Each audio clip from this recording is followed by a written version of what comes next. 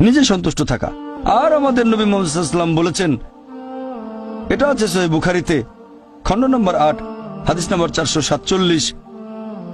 নবী বলেছেন, যদি কারো কাছে একটা পর্বত সমান স্বর্ণ থাকে, সে এরকম আরেকটা চায়। যদি কারো কাছে এক পাহাড় স্বর্ণ থাকে, তারপরও সে আরেকটা স্বর্ণের পাহাড় চায়। আর সর্বশেষে তার মুখগহ্বর পূর্ণ হয় কবরের মাটি দিয়ে।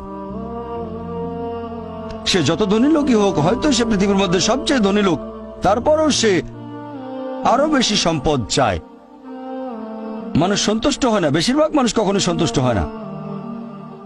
আল্লাহ পবিত্র কোরআনে বলেছেন সূরা নিসা অধ্যায় নম্বর 4 আয়াত নম্বর 32 যে আল্লাহ যেটা দিয়ে অন্য মানুষকে শ্রেষ্ঠত্ব দান করেছেন, সেটার উপরে তোমরা কোন রকম লালসা করো না।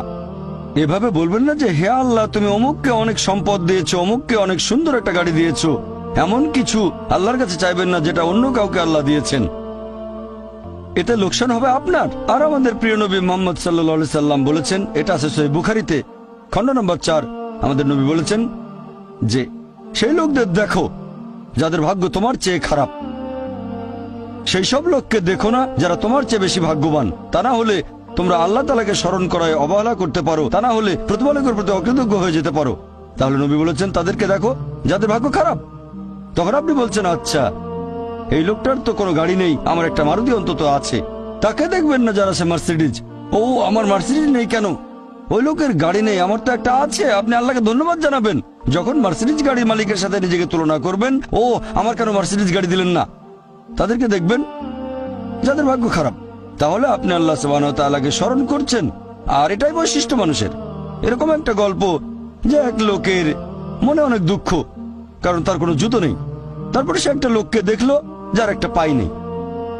লোকটা অভিযোগ করতো আল্লাহর কাছে যে জুতো নেই, আল্লাহর কাছে অভিযোগ করতো আমার কোনো জুতো নেই।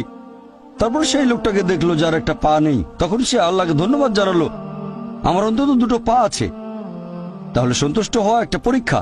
আমাদের নবী মুহাম্মদ সাল্লাল্লাহু আলাইহি ওয়াসাল্লাম বলেছেন, এটা আছে সহিহ বুখারীতে খণ্ড নম্বর 8 যে সত্যিকারের সম্পদ হচ্ছে সন্তুষ্ট হওয়া, ধন সম্পত্তি নয়। সত্যিকারের সম্পদ হলো সন্তুষ্ট হওয়া, পরিতুষ্ট হওয়া। আপনার যা কিছু আছে সেটার জন্য বলবেন আলহামদুলিল্লাহ, সকল প্রশংসা আল্লাহর। তাহলে হবেন সত্যিকারের মুমিন, হবেন সত্যিকারের বিশ্বাসী, হবেন সত্যিকারের মুসলিম, সন্তুষ্ট থাকবেন।